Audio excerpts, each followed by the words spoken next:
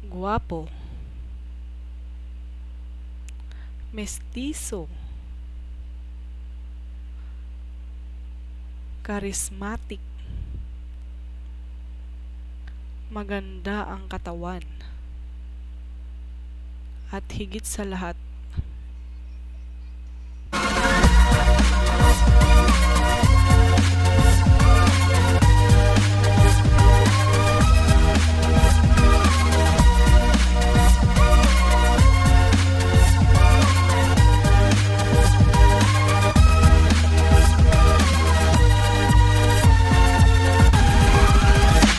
magaling sumayaw. Siya si Rhemuel Lunio o mas kilala sa tawag na DJ Loonyo.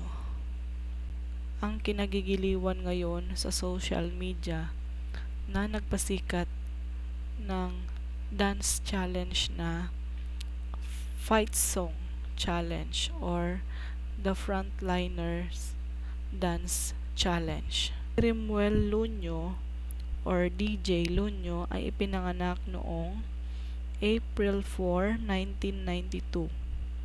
Siya ay 28 years old na. Lumaki si Rhemuel Lunio sa Cagayan de Oro.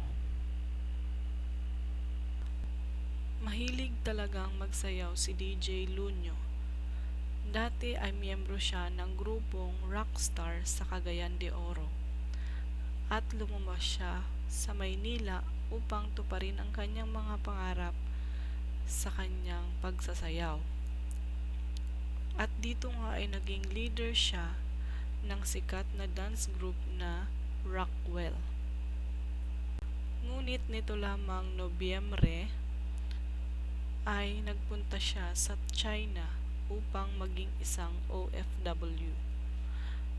May isang babae na nakadiscover sa kanya at inoferan siya na magturo ng sayaw sa China at tinanggap naman ito ni DJ Loonyo.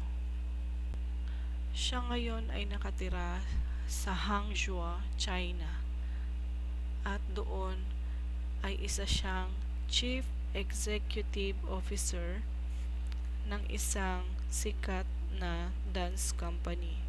Ito ay ang FSD Funky Dance sa China.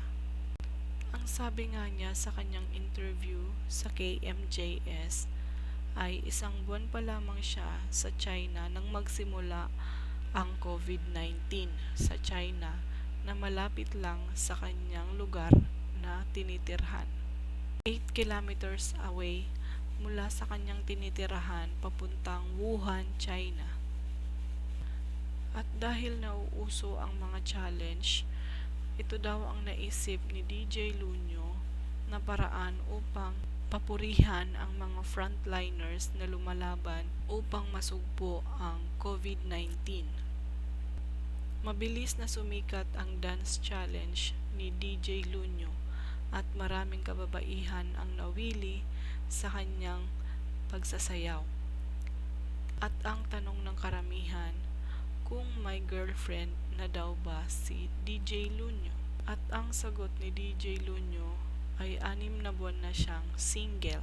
Ngunit sa kasalukuyan ay sikat na sikat sila ngayon ni Ivana alawi na nagbabatuhan ng mga hugot lines sa social media. Si DJ Loonyo ay isang inspirasyon ng mga tao ngayon. At si DJ Loonyo ay sumasaludo sa lahat ng mga frontliners na lumalaban upang masugpo ang COVID-19 sa pamamagitan ng kanyang pagsasayaw.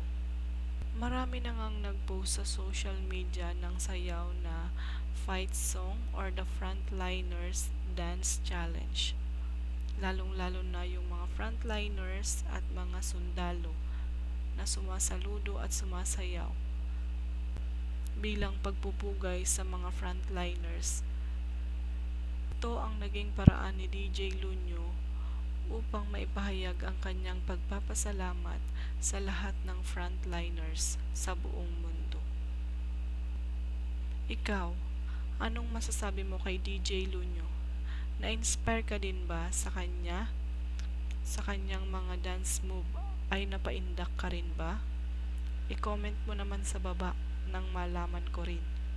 Kung nagustuhan mo ang video ito, please like and subscribe to my channel at isama mo na ring pindutin yung bell button para ma-notify ka pag may mga bago na tayong trending uploads.